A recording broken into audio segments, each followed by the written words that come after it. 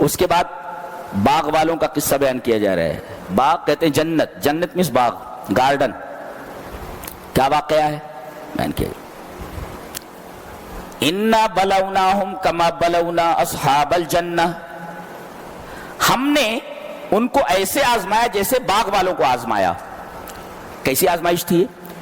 ایک شخص تھا، غالباً یہ یمن کا کوئی علاقہ تھا، یمن کا. وہاں ایک شخص رہتا تھا، اس کا ایک باغ تھا جو بہت پھل دیتا تھا. تو یہ کیا کرتا تھا، باغ کے پھلوں کی پیداوار کا ایک بڑا حصہ وہ غریبوں میں تقسیم کرتا تھا، مسکینوں میں. باپ جب تک زندہ رہا تب تک وہ باغ کے پیداوار کا ایک حصہ مسکینوں میں تقسیم کرتا تھا،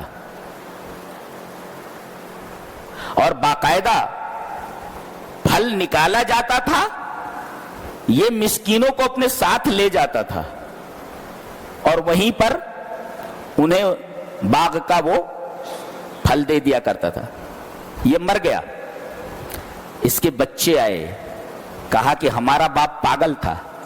آج کل کے بچے ایسے ہی ہوتے ہیں، زندگی کے بھر باپ اس کے لیے ہر طرح کی قربانیاں دیتا ہے، انگلی پکڑ کر چلاتا ہے، جب بوڑھے ہو جاتے کہتے پاگل ہیں یہ، ان کو کچھ سمجھتا ہے کیا؟ کچھ سمجھتا ہے؟ ایسا بولتے بچے ایسا بولتے ابا کو کچھ سمجھتا ہے کیا؟ ارے تجھے کچھ بنانے کے لیے، اتنا بڑا کرنے کے لیے کتنی قربانیاں دی ہیں تیرے باپ نے. اب رات کا سکون اور دن کا چین تیرے اوپر قربان کر دیا ہے. اپنی انگلیاں پکڑ تو تجھے چلایا ہے، تجھے چلنا نہیں آتا تھا. اب تو بڑا ہو گیا تو کہتا کہ ابا کو کیا سمجھے، ابا کو کیا سمجھتا. یہ ایسے بچے، یہ ایسے بچے تھے. بولے ابا کو کیا سمجھتا، ابا پاگل تھے. محنت کریں ہم، باغ کے اندر جو مزدوری کا پیسہ وہ دیں ہم، اور یہ فری میں یہ آ کر کے پھٹیچل لوگ، فقیر لوگ پیداوار کا ایک حصہ لے کر کے چلے جاتے. ہم کیوں دیں؟ ان کی نیت ہو گئی خراب.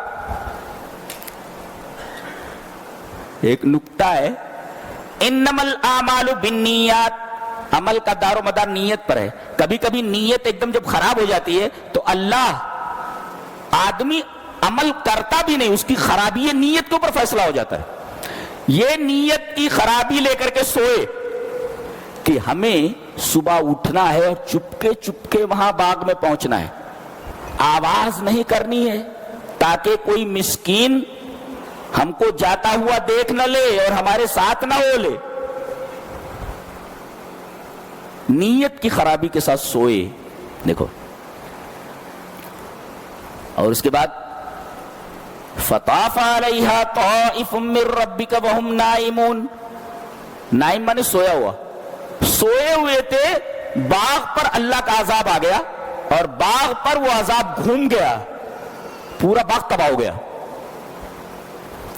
اب اٹھے یہ فتنادوا مصبحین، صبح کے وقت انہوں نے ایک دوسرے کو پکارا، ان اغدوا علی حرثکم ان کنتم صارمین، کاٹنا ہے تو جلدی کرو بھائی، کھیتی پر چلنا ہے.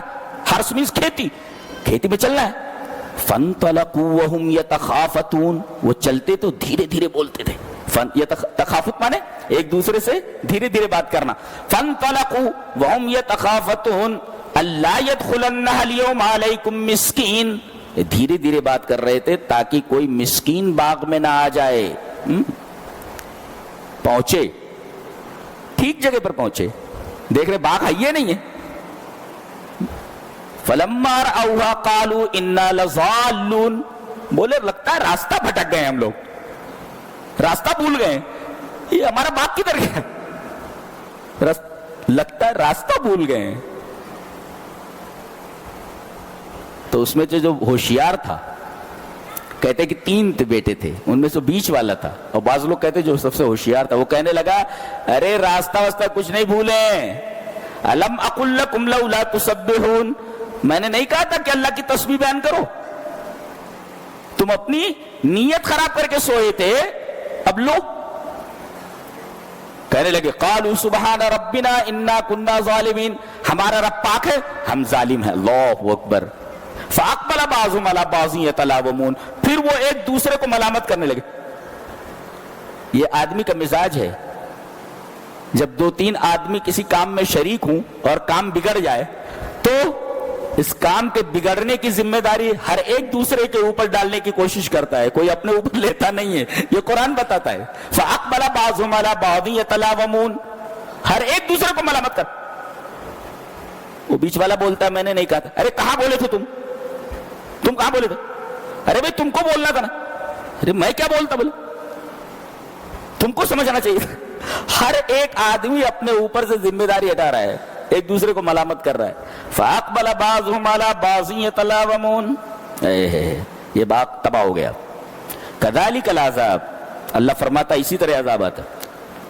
تو ان لوگوں کی نیت خراب ہو گئی تھی، اور نیت کی خرابی کا نتیجہ کیا ہوا؟ پورا باغ تباہ ہو گیا۔